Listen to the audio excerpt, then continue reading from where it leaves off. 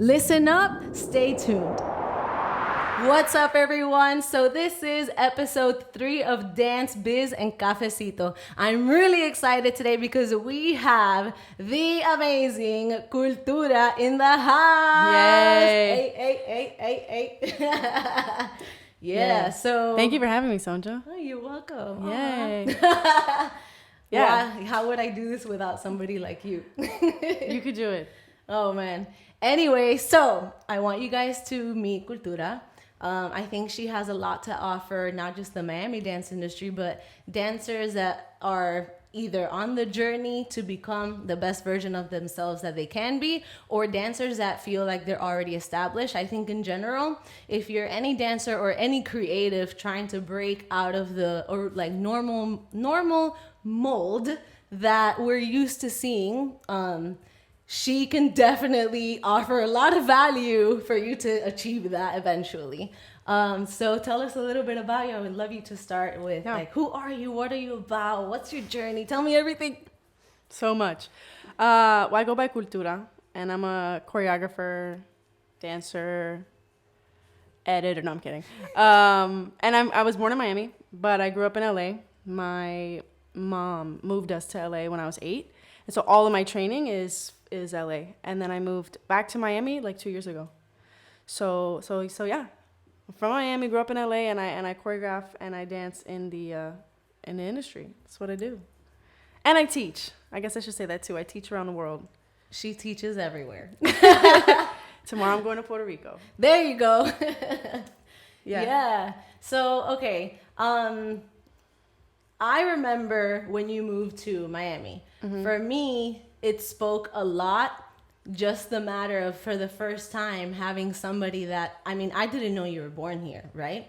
For me, when I met you, it was in LA. Even though it was brief, I knew of you, and I had moved to Miami I felt like when I moved here was because I think I've learned a lot in the last 12 years of my life being a professional dancer. Now I feel like it's time for the next step. So that's why I moved back to LA, from LA to Miami. And then when I saw you move, I was like, wait, there's something going on here. For somebody like you to move from LA to Miami, that spoke a lot. So I would love to know more of like, why did you make that decision? Why Miami? Right.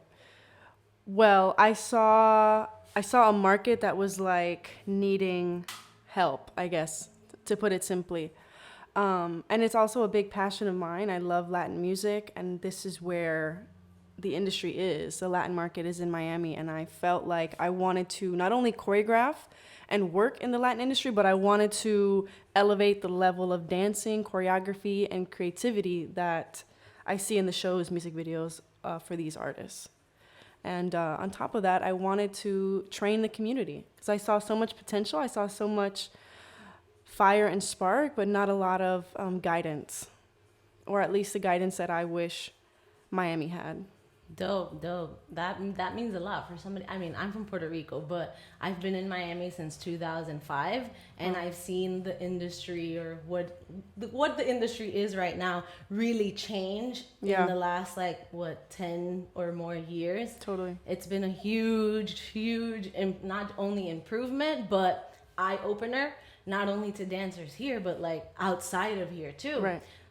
In the past, the things that you would normally see is a lot of dancers from Miami move, or Florida in general. They go to LA, they go to New York because they feel like that's what you need to do to really pursue like a career where you can just dance, living like somewhere and not feeling like I have to do something else. Most people do the opposite of what I did. Yeah, for sure. So, okay, I get it now. Yes. That makes total sense. So take me through, like, now that it's been 2 years, what have you noticed has been an improvement? Because obviously for those that follow her, if you see her Instagram, you can see what she's been doing, and the level of achievement that has happened, and the things that she's been able to introduce to the culture and the market, like ever since you moved here. But I want to hear, like, from your perspective, how do you feel about everything that's been happening? I feel the entire dance culture has shifted for the better. When I moved here, pretty much nobody was taking class that was a working dancer. Like, working dancers were not in class. I am guilty of that. I have to put myself out there because it's true. And that was a big disconnect, something that I didn't understand, because in LA, it's like everybody takes class. Everybody continues their training. And so a part of it, too, was I felt that people felt like there wasn't what they needed here. And so I tried to be, as much as I could be, what everyone needed. Foundation training, dance business knowledge, just a different light for people. And that has changed incredibly. Like, everybody's training, and it's almost like, if you're not training, what are you doing? And I love that. And I love that people are kind of taking it upon themselves to be that same voice for that kind of mentality of, if you're not taking class, if you're not consistent with your work, what are you doing? Because there's so many people that are around the world. And if we're trying to be the next, like you said, LA, New York, we got to be training. We got to be, you know what I mean? Yeah. Al dia. Yeah, no, al dia for sure. Well, look, at the end of the day, like, from my perspective, it comes down to a few different things, right? Like, obviously, yes, you have to be training. But I think of it as, because I'm going about it from the perspective of, like, what does it take for us to become the next New York, the next LA? Mm-hmm. Is what you said, for sure. I witnessed it when I moved back. One of the first things I did was, Susie, I want to start working at Showstopper because as a marketing and branding person, I see a lot of potential of what your brand can achieve. Right. Being, like, let's say, the only place in Miami at that point where a lot of dancers are coming to try to break into the industry. Whether they're getting what they need or not, that's what I was seeing as a business marketing branding person. So I reach out, I get in there. Susie's been my friend for, like, literally since I moved here. We used to dance on stage together. It's crazy because the people that own dance studios in Miami and that are working, like, as choreographers, all of us used to dance together. Wow. And now, like, seeing how they've grown and, like, contributed to growing, like, the whole Miami industry, like, it's crazy. And it makes me feel really proud to have been, like, dancing next to them. But anyway, taking it back, your face is like, mm-hmm. I do that a lot. I manage, like, 5 different thoughts in my head at all times. That's incredible. It's crazy, but I have to reel myself back. Okay, bring it back. But going back to what you said, like, you identified that there was something missing, right? You know, in the recipe of what was happening. And, totally. And me, like, being one of those dancers, I was like, okay, I'm technically an industry dancer. I can get booked at that point without going to auditions. So for me, it was more of a motivational thing, right? Which goes back to something you said that I think is so important. Am I getting what I need? Is what I need being offered? Right. One thing where I'm going with this is, one thing that makes LA and New York stand out is the dynamic and variety that they offer in their training. Not only in the dance styles, but how many people are teaching those dance styles. Right. Which makes us as dancers, creative artists, trying to, like, gain more knowledge, which knowledge is, like, one of the biggest parts of making, like, taking yourself to the next level as a person in the world. I feel like there just hasn't been enough variety, and until we create that kind of mold of where can I take, I don't know, hip hop classes only at one place with one person, or can I take hip hop classes at 10 places with 10 different people? Now I'm gonna be excited to learn the style or culture of hip hop because I have so many different things to choose from. Right. So I think it's really dope that you were able to see that and put yourself in a position when you're like, okay, what can I offer from my previous experience? Let me start offering those things because I feel like people here need it. So I'm kind of being like, yo, thank you. Like, we need more of that. Yeah. I wish more people move here. And we're like, you know what? They're not teaching this. I'm going to start doing that. Of course. Because that's only going to help everyone else, you know? Absolutely. And a part of it, too, is somewhat selfish in the sense where if I get hired as a choreographer, I need my dancers to be good. 100%. So, you know? So it's partly that. And And it's been incredible seeing the change in my classes and other teachers now, my students that are now teaching. And it's so different from when I got here. It was so different, like so different. In 2 years, it's changed so much.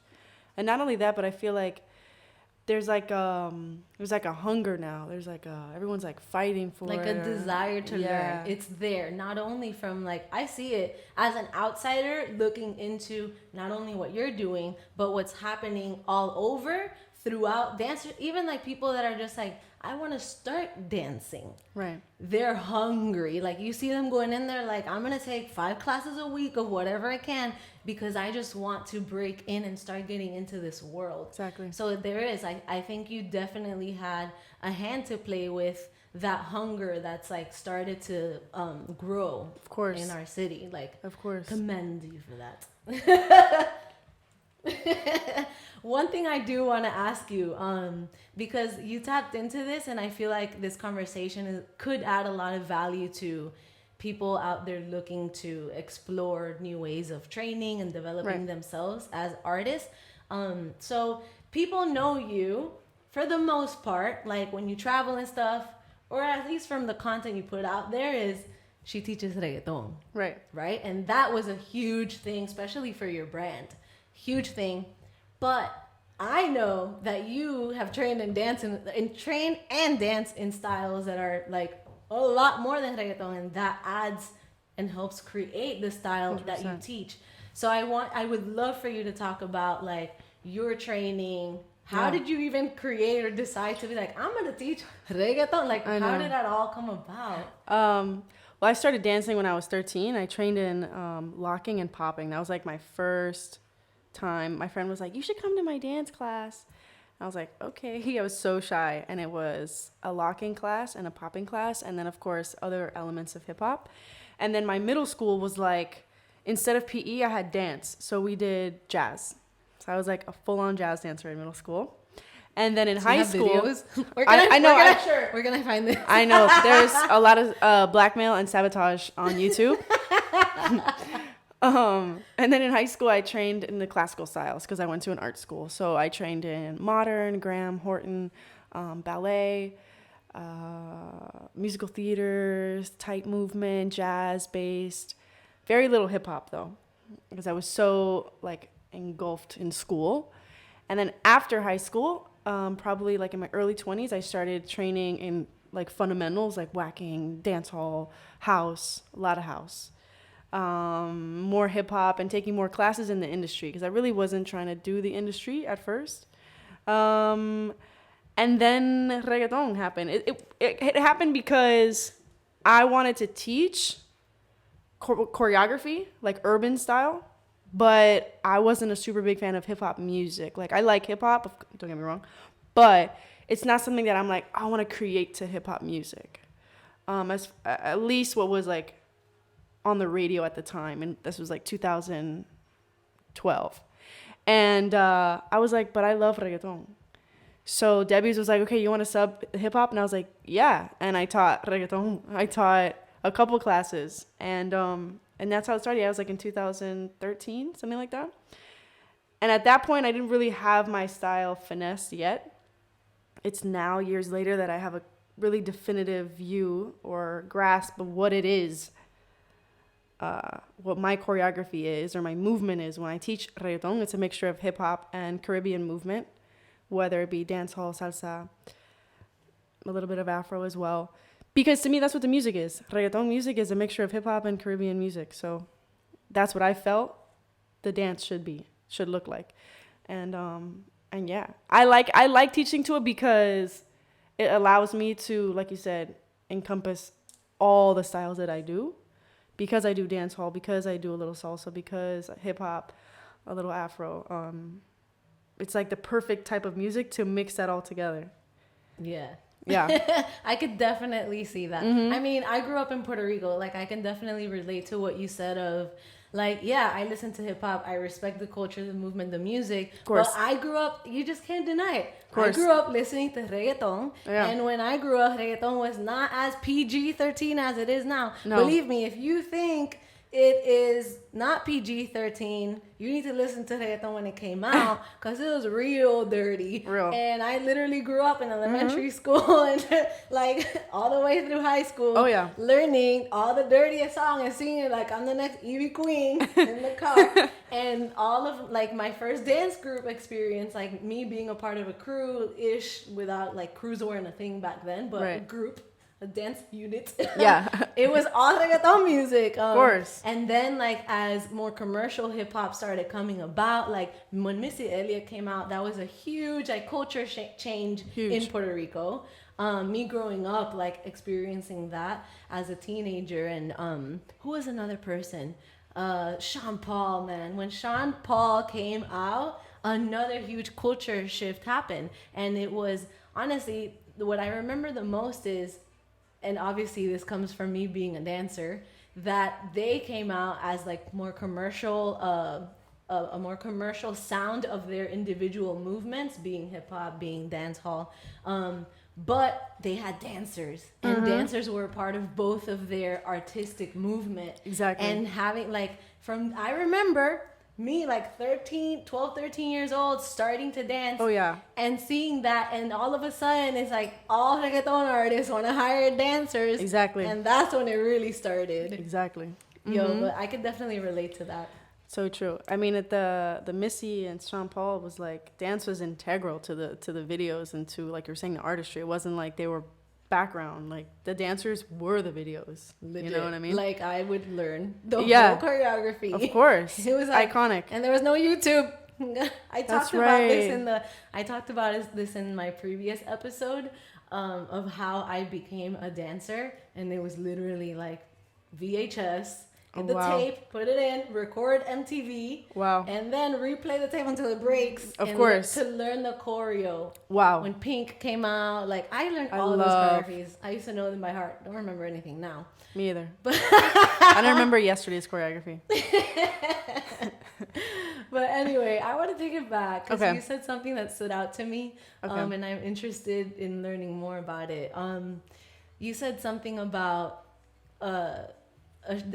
there was a shift where you decided to start pursuing dance. Like you weren't sure yet. I would love to know, like, when did that happen for you? What caused it? Why did you decide? Like, when was it that you said, I'm good at this and I think I can do this, like, for real? I was doing music. By the way, this coffee is really good. It's my first, we haven't said this on official tape, but oh, really? It's my first batch of legitimate Cuban style coffee. Fire. Thank you. I mean, I drank it. You drank it before me. The last 2 episodes, I drank the coffee like real fast, and everyone's like sort of sipping. And I'm not really like a big coffee drinker, and this is really good. So you saw me whipping it, and I put a lot of effort into it. Your arm's probably sore. I'm like this. I was doing music. Well, here's the thing. Dance is something that comes very naturally to me, something that I'm aware of. I don't have to, try super, super hard. It's just something that's, Yeah, you're naturally gifted at it. Yes. Yeah. But I have this super, super love for music and pursuing music as a recording artist. So I was struggling with thinking, I don't want to be a background dancer if I'm trying to be in the front. If I'm trying to be the artist, why am I trying to be background? And so it was that push and pull. But I think that moment where I was like, you know what? I got an opportunity to dance for Ariana Grande as a male dancer. And then that was kind of like, wow, I can kind of change the game here. You know what I mean? And be an example to other females or maybe transgender or whatever. Anybody that just needs that confidence that you can be yourself and still be successful and not conform. And that was really late. I was probably 24. I'm really bad. I'm just throwing numbers at this point. 24, 25. I was 24. I was going to say numbers. But I mean, before that, I was working professionally still, but I was still like music was the main focus. And I think that moment I was like, wow, I can really have a voice for people that need it, because the dance industry, especially the Latin industry, is so black and white. Mm-hmm. Girls dress like this, girls dance like this, guys dress, it's so like, yep. There's no Like how in the American market, where now it's like it's any thing. size Diversity girl, is legitimately a thing. Not only like artists in the industry, the music industry, but brands. Like yes, there's so many huge brands like the Nikes, the Adidas, like all the brands that us as like urban people love. They're all like pushing all diversity, inclusivity. Now. Yeah, exactly. And that's what I am trying to get in the Latin industry. So, you know, I have the name now, which is so it's a little bit easier for me to persuade management. And when I say I'm going to dance as male, and I've been doing it here in Miami. So when I do jobs, whether it's music videos for, let's say, I don't know, Daddy Yankee or, you know, smaller artists, whatever, I always dance as male. Since I moved here. We just worked together on a job that... That's right. What was the job that we just did? With Victor. That's right. Yeah. With Victor. And so I'm kind of like sneaking under the radar. You're like, does he want actual guys? I'm like, no, dude, it could be anyone. And you're like, okay, I'm dancing. Great. I was like, dancing. Sure. And when I told him, he was like, yes, let's go. Like, I think that shift that you're talking about is going to happen. Like the stepping stones are happening, right? Like if you look at the reggaeton industry, like look at Bad Bunny. Of course. Like oh my God, yeah. He definitely pushes for inclusivity, and not only him. There's a lot of artists right now that are just like not changing their image, but really owning who they think they authentically are. Yeah. Being okay with being maybe more feminine if they're a guy, or girls being more masculine. Yeah, because, you know, we're learning that it's like that it's just be yourself. That at the end of the day, what the audience and what the quote unquote general market likes is authenticity, and seeing somebody that they can relate to. We like to see icons and legends and think people that are larger than life, but also we like to see something in somebody or an artist that we can identify with or relate to. 100%. And that I think that's what people are realizing, that it's okay. Because artists feel like it's okay to be who you really are. Yeah. Like that's hard, of course. I love that you brought that up, because in the last 2 episodes, this conversation has come up organic. Like everyone is just trying to be themselves. And honestly, like this is why I love being able to have this podcast, because everyone that I've invited, I feel like you guys are so valuable. For me, like all of you, anyone that I've invited to my podcast, there's something about you and your journey or your personality or what you're about that I find it valuable for myself to have connected with people like you. So therefore, I think having these conversations like officially out there is going to help so many people, like not only get inspired, but know like, how do I pursue these things? Absolutely. Thank you for being here. This is not the end. We're not ending it, but right. It never ends. It's going forever. Yeah. So the shift happened, right? Totally. You started. Thank God. Yeah, because that's inspiring to feel like we're all like working together, we're a community, we're all training, we're working, and this. No one wants to be a part of a community that's like lazy and not motivated and just like, we're just booking jobs and we're just dancing, crappy choreography, and we're just crappy dancers and we're just here. Conforming. Yeah. No, we want to be like, no, it's like, damn, I want to dance for this artist and work with this choreographer, and like, I want to be as good as that dancer, and, you know, having these higher standards. For sure. Across the board. Yeah. Across the board. Super key. And Super key.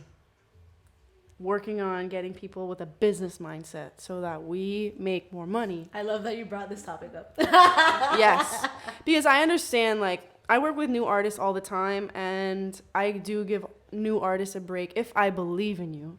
But it's one thing to give somebody a break one time because they're a new artist and you believe in them. Another thing to make it like a general thing where you're just taking pennies, or you know what I mean? 100%, yeah. So like, for instance, I have this artist that is with the same label as Wisin and Maluma, and the same management team. And so I'm working with her because the management team already pays me my rate with those two artists. So I feel comfortable taking a lower rate because I believe in her, and 2, they know that eventually it has to be this. And so I think people need to understand when and how and why it's okay to accept something less than standard rate.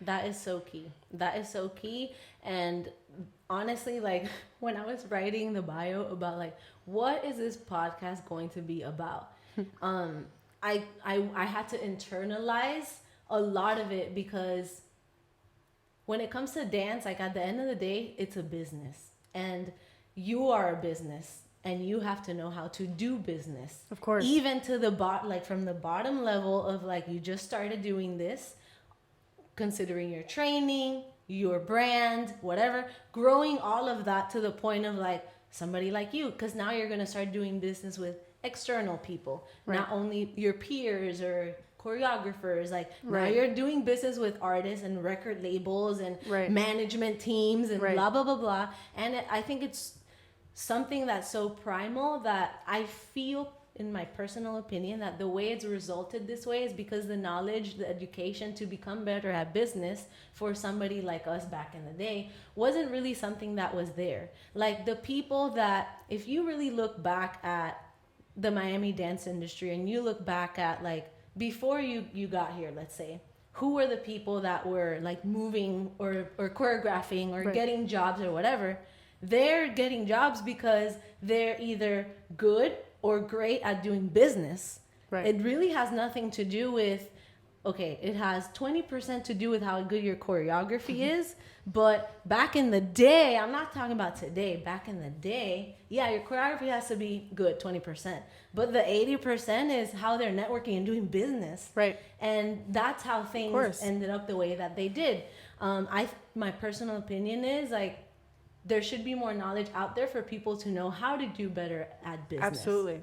That's it. Because once you know, like, for example, I've had so many conversations with you when it comes to how do you decide when to go about a job, like, I'm going to do this for less because I believe, but I'm going to make sure they know what my worth is. Absolutely. And I'm going to make sure there's a strategy in place for me to get there. As this artist grows, I will grow with them. They don't go with and leave me down here. No. It needs to be clear from the beginning. So communication is like super huge part of it. And not being afraid to speak up and say, you know what, this is what, I had a meeting with another new artist of mine. And I told him, I was like, I believe in you. I believe in a lot of people. But it doesn't mean that I'm always going to want to work with you. In the first meeting, I was like, I listened to his music. I had a conversation with him, and I was like, you know what? I'm down to be a part of this project with you. I said, pull up dancesalliance.com. And I said, these are the rates. Let's get educated. And I showed his management the rates, and I go, just so you know, this is where we need to be. Obviously, I understand you're working with zero budget right now, which is fine, because I said I would be a part of this passion project. But know that this is where it needs to be, and I think that's a conversation that every choreographer especially needs to have with management, the dance, whoever, because at the end of the day, a lot of us, it's the choreographers setting the rates. This job that I just took less money for, they gave me a certain rate, and I said, you know what, I'll dance and raise the dancer's rate, so you don't have to pay for an extra dancer, and they did. But you got to be willing to really fight. You can't just say oh, I'm fighting for the rates and then accepting everything. You got to really, you can't really just fight. Sit there and think I'm worth so much more and just say yes to the job, right? And not vocalize what you're feeling, because then here's what happens: you take the job, yeah, you're working and you're putting it out there booked and blessed, right? But you're miserable as fuck, and of course nobody wants that. Didn't you decide to pursue dance because it's your passion and you want to be happy doing what you're doing? So just vocalize it, and in your head see it as, this is gonna be step one to me gaining the money or getting paid what I think I should be worth. And don't see it as because I'm doing this job, I'm not valuable. No. Because that's just gonna mess up with your confidence, your self-esteem. Absolutely. Communication is key, man. From my experience, not only, I think this conversation doesn't apply to dancers in Miami, it applies to any creative anywhere in the world, because this happens with photography, any creative service, design, video, any conversation I've had with creatives, choreographers, dancers, this happens to everyone. Of course, because you love what you do, and so you're like, well, I would do it for free, and it's not about that. And you can do it for free. Of course. But if you want to have longevity, you have to see the bigger picture. So if you're going to take certain jobs for less, or if you're going to do stuff for free, you have to see what you have to get something out of it. It can't just be like nothing. You gotta like really be smart about what you're doing, because this is how I pay my bills. Like I don't have a 9 to 5. I don't even drive Uber. I don't do nothing other than dance. All my jobs is dance, whether it's teaching, choreography, literally dancing in a video, whatever. It's the only way that I pay my bills. So if another dancer or a new dancer wants this life as well, you got to be smart about your decisions. It's not just, clout chasing and Instagram and I'm dancing for this artist. It's like, okay, but are you paying your bills? Exactly. Because that is the most important thing. Because at the end of the day, it's not just being an artist. It's like, this is your job. This is your life. Your job. So in a job, you need to make money. If you want to be a paid dancer that lives off of dance, that means you need to have a plan of how you're going to make money.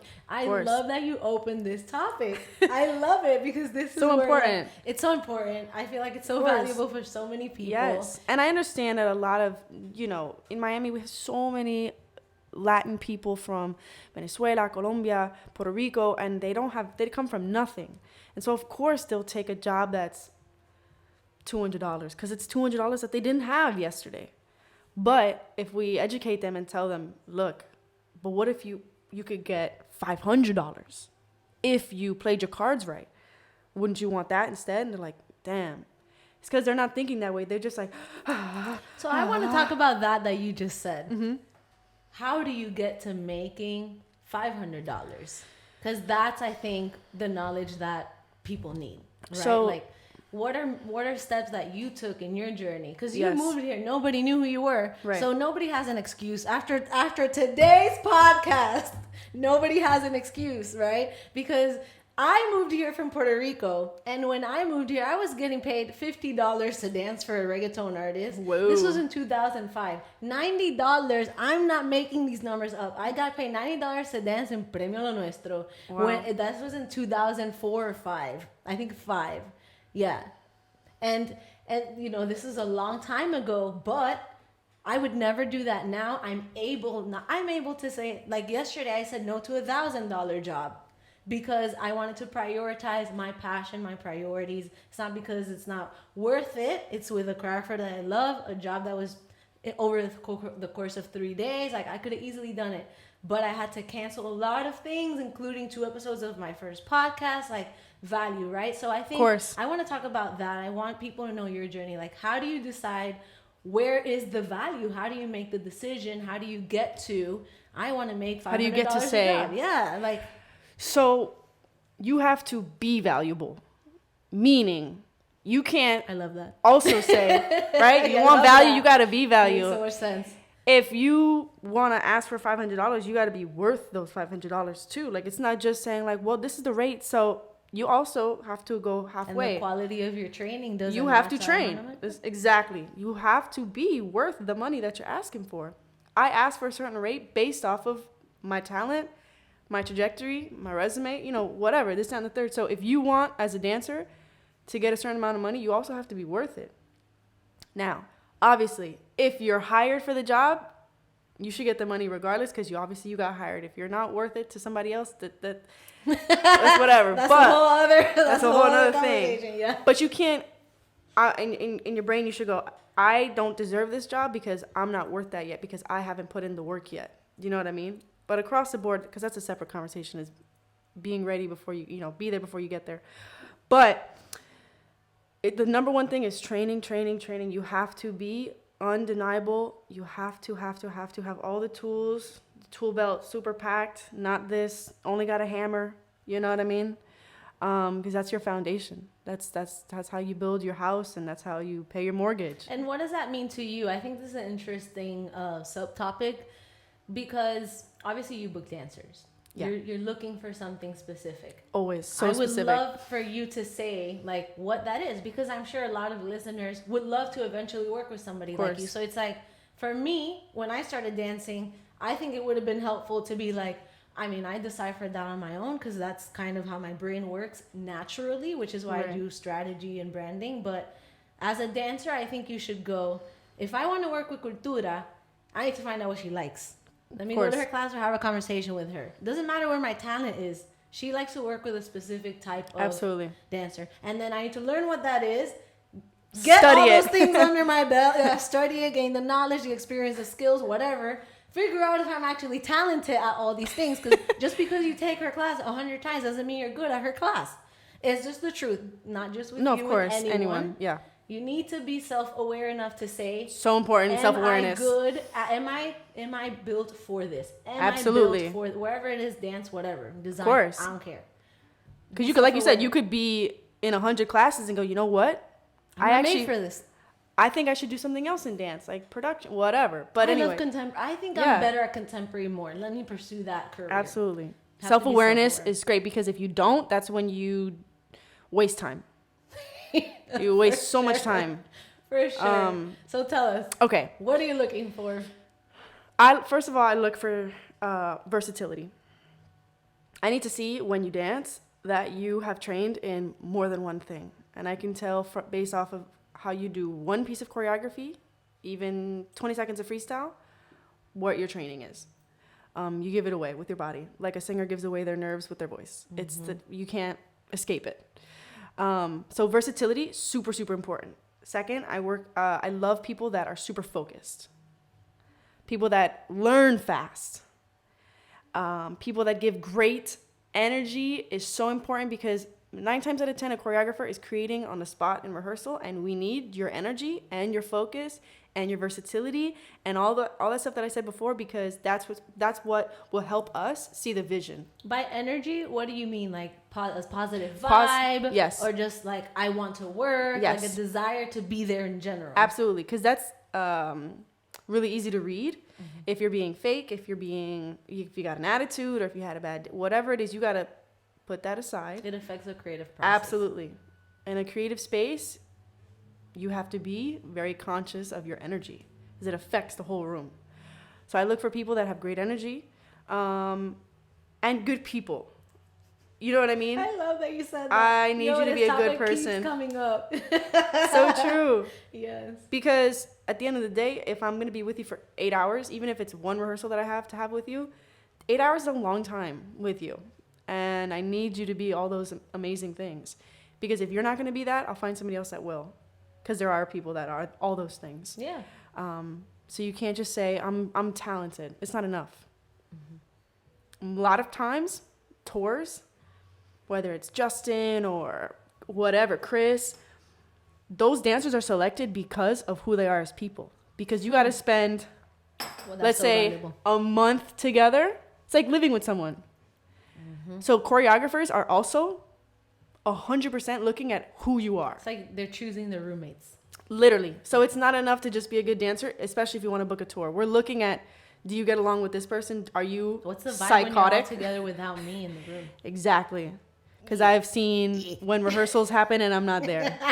The disaster. People show their true colors. No, yeah, 100%. I've been the dancer in the room with the people that are become not so pleasant when the choreographer steps out. Exactly. That is key. I look for elite people, elite athletes, people that take this shit seriously. Yeah. Because I take it seriously. And I have 12 personalities. And you have to understand all of them. Most creatives are like that. Psychotic. Yeah. But you have to understand that and be willing to work with that. Because, yeah, we're all that way. And if you don't know how to handle it, you can't. This is not for you. You know what I mean? So, yeah, hard workers, focused, great energy, versatility, and good fucking human beings. Yes, people. I think something you said is really good advice.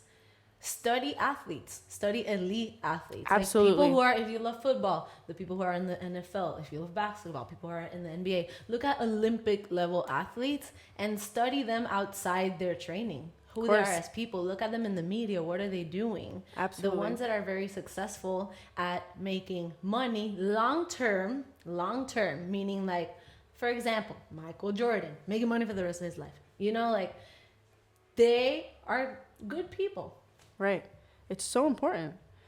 Because that's what gives you longevity, too. It's your reputation. You know what I mean? If you burn one bridge, good luck finding another bridge.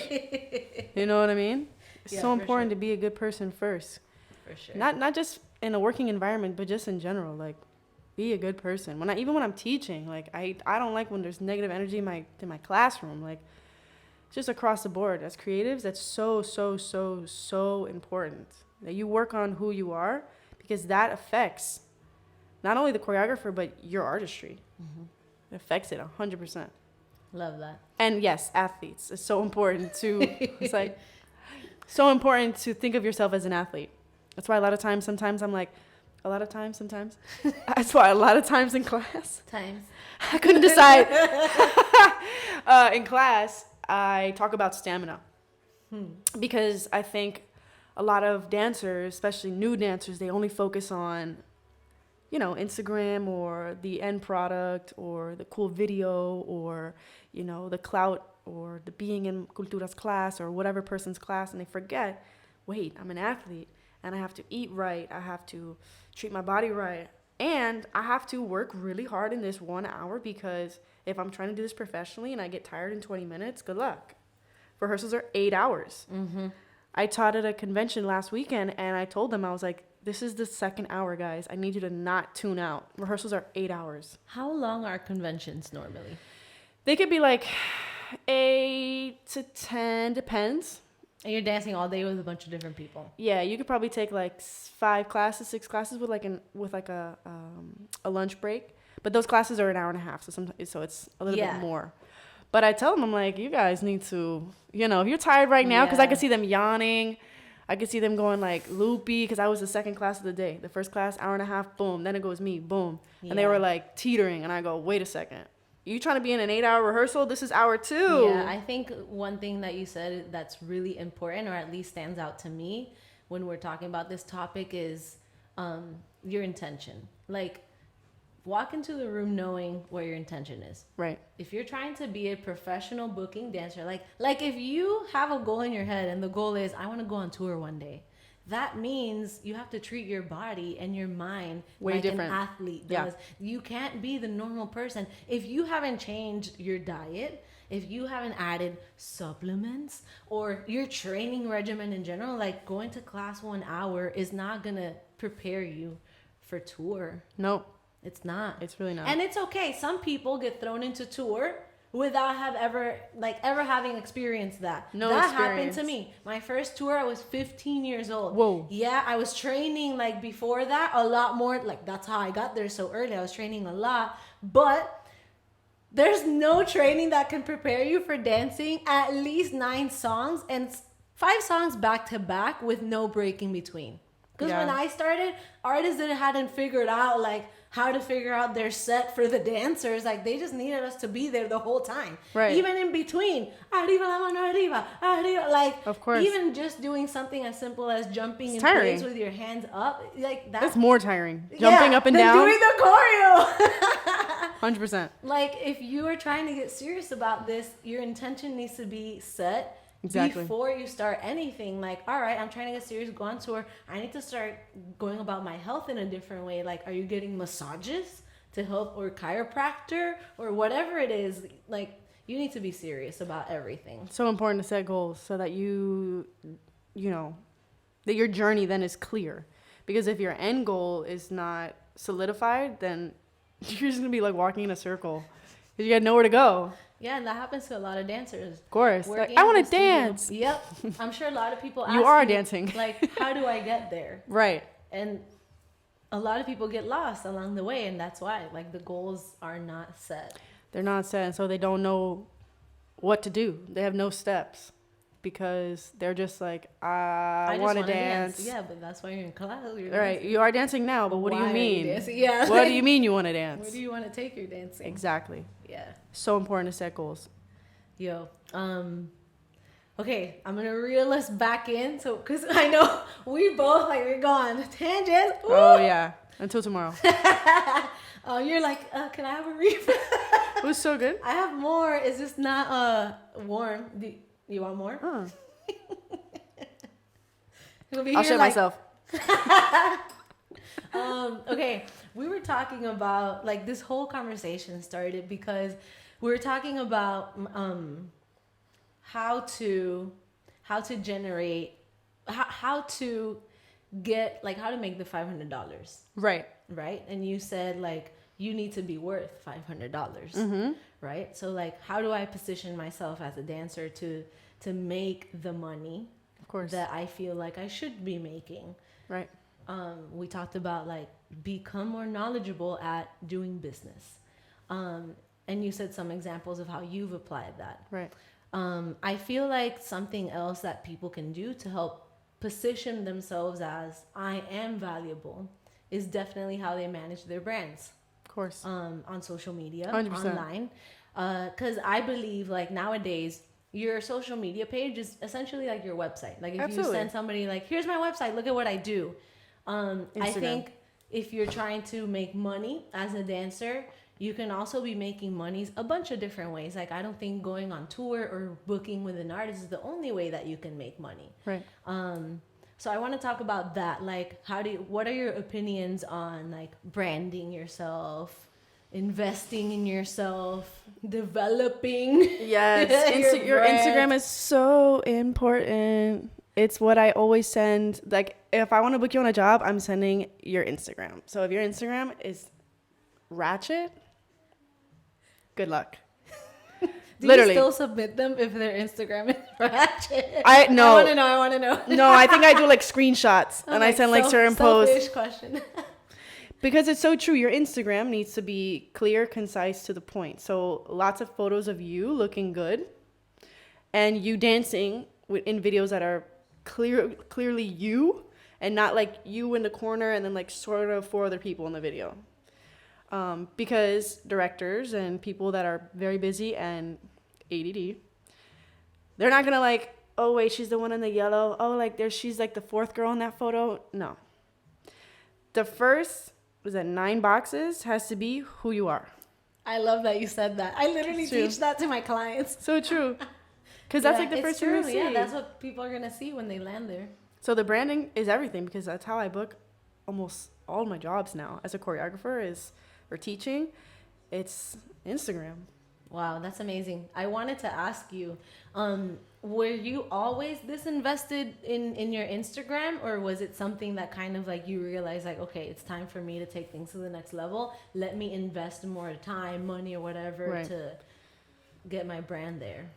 Yeah, I think it was when I moved here and I started to have a bigger following based off of the content I was posting. I realized the positive effect that it had when I post quality stuff and how quickly you gain more followers or just more jobs based off of your consistency and your quality. So really good choreography dance videos. You know, I like fashion, and so posting videos and clothing or whatever, it has a quick effect on the world. Artists see you, brands see you. So yeah, when I moved here, I was like, this is my job almost. It's like my other job is running my Instagram because it's how I make money. Indirectly. Yeah. Sort of. I mean, that's what marketing is. Yeah. Yeah. You just put as much good stuff out there with the right message, consistency, exactly. So the money starts coming in. Absolutely. Other ways. 100%. I think a lot of dancers need to learn how to use that to their advantage. Yes. I wanted to ask you, how does somebody like you go about planning your content? Like, is it hard for you?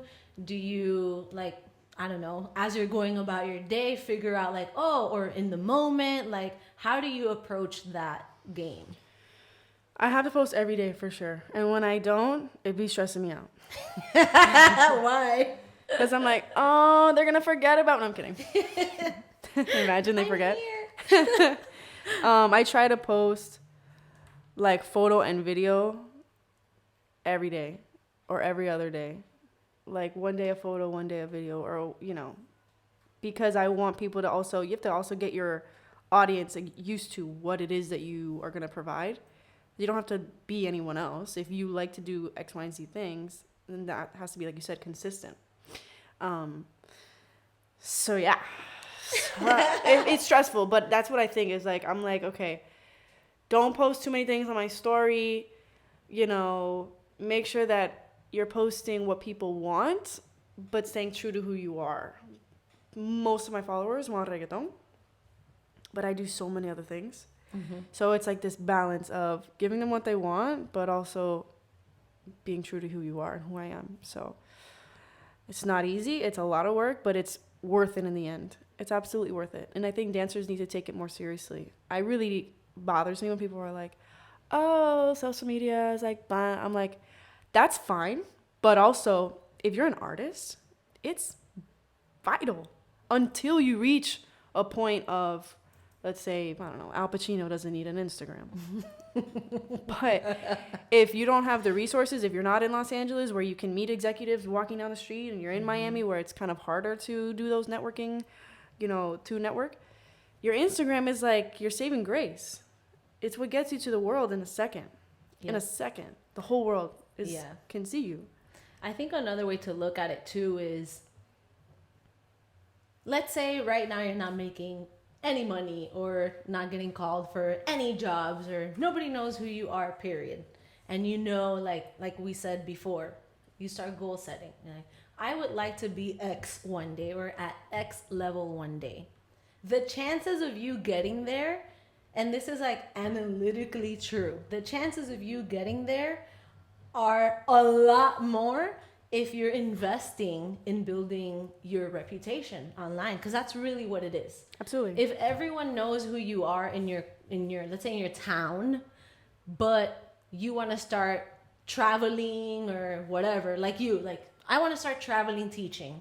How are you going to reach people outside of your town that know that you're good at teaching? Of course. And that was a goal of mine, too. So that literally increases your chances of getting to that goal just by putting out consistent content. Absolutely. It doesn't need to be the perfect photo shoot or the perfect video. It's just putting it out there in an authentic way. Absolutely. So people can start reaching you, and you can start taking little baby steps to get to what it is you want to do. Absolutely. And so funny, on the flip side, don't be so thirsty to post every class that you take. Also make sure that what you're posting is like of quality, because we're seeing what you're doing, and I think a lot of people value. Absolutely, exactly, because a lot of people, they're like, take one class with me and they post it on their Instagram, and it's like, you look crazy. Oh my God. You look crazy. You don't look good, and it's not helping you. It's hurting you. And I understand, like, if you want to share it with friends and family, but text it to them then, or make a Instagram that's private for friends and family. So I understand people want to share with their close friends, but if your page is public and you're trying to be a working dancer and you're posting stuff where you don't look that good, it's not helping you at all. We don't need to see. You could post that as a throwback when you're already established. The story can make a huge difference. The story behind the content. I think what you said, though, is so key. If you're trying to be a booking dancer or just make money through your art needs to be on point all the time. Unless, like you said, like, let's tell the story of how I became how I got to this point, my journey. Right. And then tell the story. Absolutely. It makes it more authentic too, but it all goes back to self-awareness. Like, people don't have that. Yeah, and I think you can get that just by easily going, hey, people around me or whatever, what do you think about this? Am I good? Or internalizing it and going, let me see what people that are booking, how they look, and see if I match. Is my movement flowing as much as theirs? Is my energy matching theirs? Like, there's so many ways to evaluate yourself. It's so important to be able to do that, because that's how you will grow faster. If you're able to go, in my class, okay, she's doing it like that, I do not look like that. I think a lot of people think that they're doing great, and so they just think they're ready to go, and it's not the case. I notice a lot of choreographers mention this in class about, like, stop looking at me, look at you. Yes. Like, once you know what the move is, now self-evaluate. Like, that's literally the choreographer telling them, take the time to self-evaluate yourself and not just go through the motions of what's happening. Exactly. Yeah, so important. Yeah, so important. Look at videos of you dancing next to great people. Exactly. Yeah. Because if you think, it's like the people that used to audition for American Idol and they sounded crazy. But they thought they were. They all. I mean, thought clearly they doing auditioned. You can't. You gotta know. Like, I know when I see videos, I look crazy. I know how it feels to look crazy. I know, you know what I mean? And that's how you're able to go, okay, I look crazy. Let me fix it. But if you never feel like you look crazy, you're never going to fix it. And you're always going to look crazy. You have to be honest with yourself. Yeah, you have to be honest. You have to. We all look crazy at some point. We all don't, are learning something at some point. So it's not about expecting perfection, but, acknowledge your moment, wow. I acknowledge the coffee's wearing off. The coffee's wearing off. The coffee is wearing off. Acknowledge your like your where you need to grow. Yeah, yes, yeah. Your weaknesses. Wow, Yeah. Where'd my vocabulary go? It's late. Damn, such a good conversation, man. Another thing I was gonna say just to end this topic is, because it just came to mind as we're talking, I've never thought of this before. For people who struggle with self-awareness, like the example of what you just said, if you're that person, like the American Idol people that auditioned and they were just horrible, but they didn't know, they thought they were great. So if you think you're great, right? Like for our listeners, if you think you're great, but nobody's calling you to book, you go to auditions and you don't get picked. Right. Those are key things that are happening, signs telling you that there may be more work and more time needed to be done more. Yeah, you need to invest more in yourself, even to the point of like book a private lesson with somebody that knows what they're doing, right? Because that is the perfect opportunity for in private that mentor person to be able to tell you like, yes, this is what it should feel like, and like make you feel what it needs to feel like. And that people that struggle with self-awareness, I think that is going to help a lot. Of course. And a lot of people ask questions and they go, what do I need to work on? That's great. Reach out to me or whoever you want that advice from, and you will get real feedback. And I think that will help you a lot. I think people are just afraid or they feel like they can't ask. But you have to, because self-awareness is so important. Yeah, and everyone can have it. You just need that one person to go, you need to work on that, and that, and that, and that, and that. You're doing this, and then you'll look at yourself and go, wow, you're right. And then forever you'll be changed. Mm-hmm. And you'll notice those things that you didn't even think to notice before. Mm-hmm. So just ask. Ask a choreographer, ask me, ask someone that you look up to, and go, what do I need to work on? People from around the world send me their videos, and they go, ooh, that's amazing. I didn't know that. Mm-hmm. Yeah, that's really dope and smart. Yeah, and they go, please give me advice. And I'm real honest. Yeah. Man, that's awesome. Okay, so as we wrap things up, I want to ask you, like, what's next for Cultura? Okay, what's next? What are the goals? Like, okay, it's been 2 years, you got here. Yes. Like, so many exciting things have happened. Like, what do you want to happen next? So what are you working towards? I'm in the process of opening a studio. Ooh. So I'm so excited about that. And that's what's kind of like in the works right now. Next year, at some point, it'll open. And then I'm also shifting gears towards creative direction. So I just submitted my first creative direction offer for an artist for a tour. And I'm really excited about that because choreography, I love. But I also love creative direction. Like putting a show together from top to bottom is something I would love to do, especially in the Latin industry where I feel like a lot of times these tours don't even have creative directors. Mm-hmm. Yeah. It's just a bunch of chefs in the kitchen with opinions, and there's not one person to streamline the ideas and make it all go to cohesive. It right? makes such a huge difference when you have a creative director. That goes, no, lighting needs to do this, wardrobe this, boom. So that plus making time for music again, because it's like exciting. Yeah. I understand. You get it. Making time. I bought this mic to record myself. Like I needed to push myself to keep working on my music. So yeah, that was one of my little steps towards that. The investment. Yeah, and you're like, shit, now I gotta do it. Spent a lot of money. So yeah, so I'm super excited for 2020. I can't believe it's December in a week or two. I know. What? This year flew by. What? Flew. Flew. Turns into ASMR. Yeah. Wow. Yeah. Wow. Well, I wish you luck Thank you. in all of that. I mean, you. obviously, we're around each other all the time. I'm going to be wherever it is. You do what you do. I'll be there supporting 100%. Give us a selfless shout out of, like, what's your social media? Where can people find you? Follow for the ones that don't know. My Instagram is Big Daddy One. I'm just kidding. Wow. My Instagram is It's Cultura. And, you can find me on Instagram. Yeah. I think my YouTube is... God, I have no idea what my YouTube is. But just look up We'll Cultura. find out. We'll figure it out. I have Twitter. No, but literally, I'm never on Twitter. I'm the worst. So I want to be on Instagram. Yeah. My, 15-year-old that's inside of me would love to be on Instagram, but the 28-year-old is like, I don't have time. Wait, Instagram or Twitter?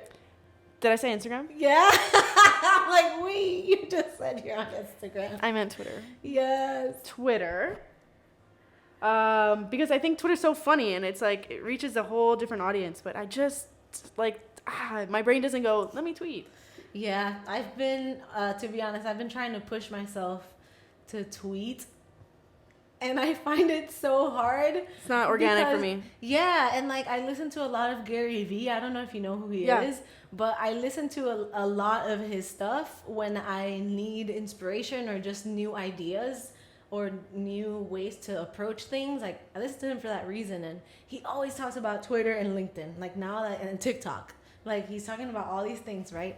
So I hear him so much that it almost makes me feel like, what am I doing? I need to have a TikTok and a Twitter and a LinkedIn and so right? But when it comes to actually me tweeting, it's I don't feel myself yet. I guess I'm still trying to find what my voice is when it comes to that. Too. I figured it out for Instagram. The post comes so easily to me. Right. But when it comes to Twitter, it's I'm limited. I like to write a lot and I can't. How do I break it down, this whole thought? As you know, I'm the queen of 5 thoughts at once. It's right. It's a process. Same. I get it. Man, I feel you. It's a process. So Instagram. Yay. Well, thank you so much for being here. I think we had a really cool conversation. I think it's going to add a lot of value to the people listening. I hope that our listeners get a lot out of it. Yes. Make sure you follow Cultura. She's going to be up to some amazing things that are going to motivate you and excite you to be a dancer in this world. Amen. All right. And then remember to follow Dance Biz and Cafecito on YouTube and Spotify and Instagram. And Instagram. Bye.